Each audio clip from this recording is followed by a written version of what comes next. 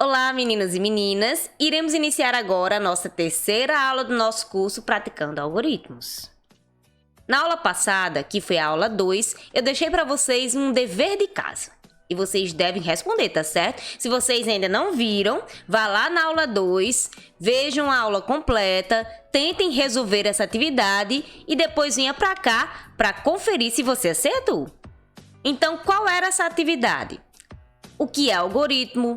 Qual o objetivo do algoritmo? Como devem ser as ações no momento da criação do algoritmo? E quais são os elementos do algoritmo? Fale um pouquinho sobre eles. Começando aqui da primeira questão. O que é um algoritmo? São passos sequenciados para resolver um determinado problema. Se lembram do bolo que a gente falou? No bolo, eu tenho os ingredientes e a partir desses ingredientes eu vou misturar e transformar num bolo, que vai ser a saída. Seria basicamente a solução para o meu problema, né? Se for levar para o lado do algoritmo. No algoritmo vai ser pensado da mesma forma. Vamos ter dados de entrada que vão ser transformados, né, processados e assim vão ser transformados em dados de saída, que vai ser possivelmente uma solução para um determinado problema. E qual o objetivo do algoritmo? Vai ser a representação de uma lógica de programação. A gente viu na aula passada que a lógica seria basicamente a ideia que eu tive. E o algoritmo seria colocar mais em prática aquela ideia que eu tive na lógica de programação. E como devem ser as ações no momento da criação do algoritmo? Devem ser claras e precisas para que não tenha má interpretação, para que não tenha um duplo sentido, uma ambiguidade dos dados. E quais são os elementos do algoritmo? Fala um pouquinho sobre eles. Os elementos, gente, são os elementos de entrada, processamento e de saída. A gente pode lembrar bem direitinho no passo a passo lá do bolo que eu mostrei, né? Os ingredientes são os dados de entrada, o processamento é a mistura da massa, né? Para transformar na massa. E os dados de saída que vai ser escrita, eu vou mostrar esses dados. No caso do bolo, seria o bolo lá assado, né? Para você comer. Então, resolvida aqui a nossa atividade, vamos revisar um pouquinho o que a gente viu na aula passada. Eu mostrei para vocês alguns conceitos importantes, né? No caso, eu mostrei o que é o algoritmo, que eu acabei de falar, que são passos sequenciados para resolver um determinado problema. E essas ações que vamos ter no algoritmo devem ser de maneira clara e precisa para que não tenha várias interpretações, gerando uma ambiguidade dos dados. Então, a gente viu o objetivo dele, né? Que é representar o raciocínio envolvido na lógica de programação. Vimos aqui a comparação com a receita de bolo, né? Vimos também que pode ser feito de maneiras diferentes, mas tendo o mesmo resultado, né? Que aqui a gente mostrou que duas pessoas podem fazer o bolo de maneira diferente, mas ter o mesmo resultado, né? Por exemplo, eu quero fazer um bolo de chocolate, outra pessoa vai fazer também, então eu posso fazer de maneira diferente da outra pessoa, mas o resultado vai ser o bolo de chocolate. Então, eu mostrei aqui que não pode haver ambiguidade dos dados. Mostrei quais eram os elementos do algoritmo, né? Eu botei enfatizado aqui, ó, se lembre do bolo. Por quê? Porque é aquele passo a passo, né? Os dados de entrada, processamento, saída de dados.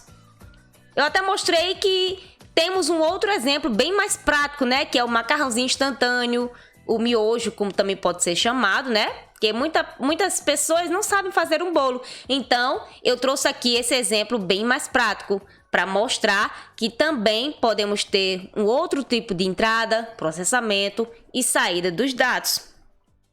Então, mostrei vários exemplos de algoritmos.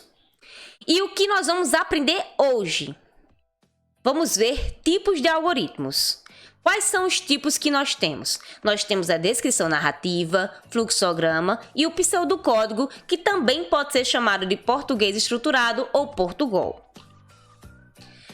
E o que seria o tipo de algoritmo descrição narrativa?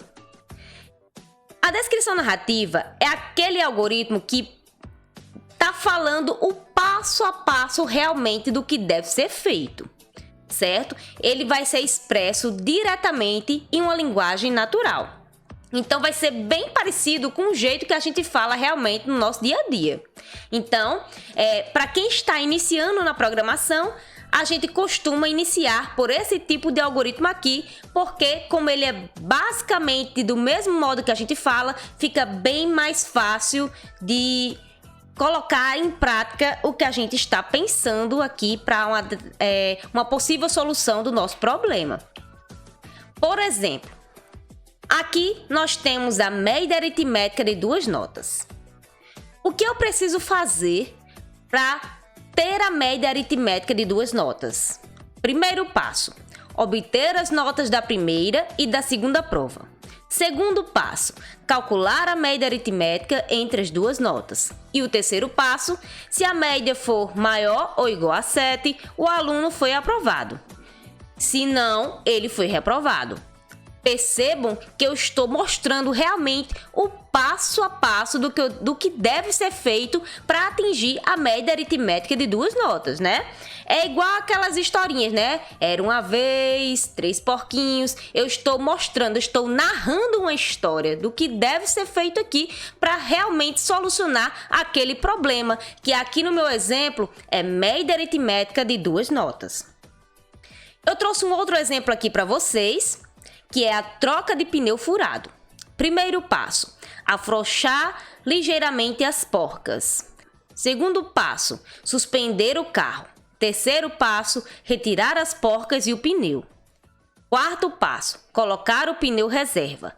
Quinto passo, apertar as porcas. Sexto passo, abaixar o carro. Sétimo passo, dar o aperto final nas porcas. Então percebam que aqui, a palavra porca pode ter 2 sentidos. Eu estou falando de porca animal ou porca parafuso, né? Então, quando a gente vai construir um algoritmo, eu tenho que ser clara. Essa porca aqui, eu estou falando do parafuso para fazer a suspensão aqui do pneu para poder tirar o pneu do carro, né? Então, a gente tem que dizer bem direitinho na hora de construir o meu algoritmo. E qual a vantagem de utilizar esse tipo de algoritmo? A vantagem dele é que não é necessário aprender nenhum conceito novo. Por quê? Porque é muito parecido com o jeito que a gente fala. Vocês puderam observar agora nos exemplos que eu estou praticamente narrando o que eu devo fazer, né? E a desvantagem disso? Pode haver má interpretação, ambiguidade dos dados, né? Como eu mostrei para vocês, a porca lá é porca animal ou porca parafuso? Vai depender do meu contexto. Então, a desvantagem de se utilizar a descrição narrativa é esta ambiguidade que pode aparecer no seu código. Fluxograma. O fluxograma é uma representação gráfica do meu algoritmo. Ele vai permitir mostrar passos individuais e o fluxo da execução. Então, cada figura geométrica que vamos ter nesse fluxograma vai ter uma ação diferente. E ele vai facilitar o entendimento das ideias contidas no algoritmo, e a interpretação em regra se dá de cima para baixo e da direita para a esquerda. Qual a vantagem de se utilizar o fluxograma? É o fácil entendimento, né? Porque na hora que eu olhar para aquele fluxograma, eu já vou saber do que se trata. E a desvantagem vai ser não se mostrar adequado para a representação de algoritmos maiores e ou mais complexos.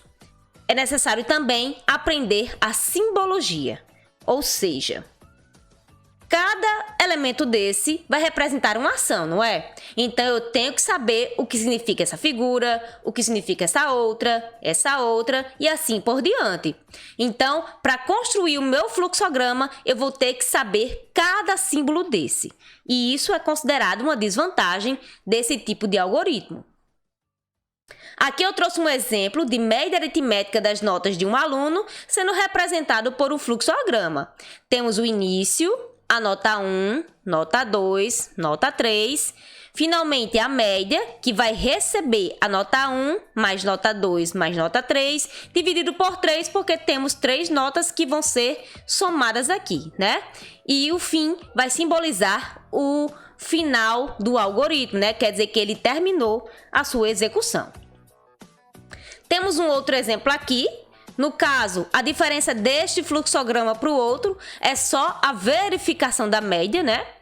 Porque também é possível fazer verificações aqui no fluxograma.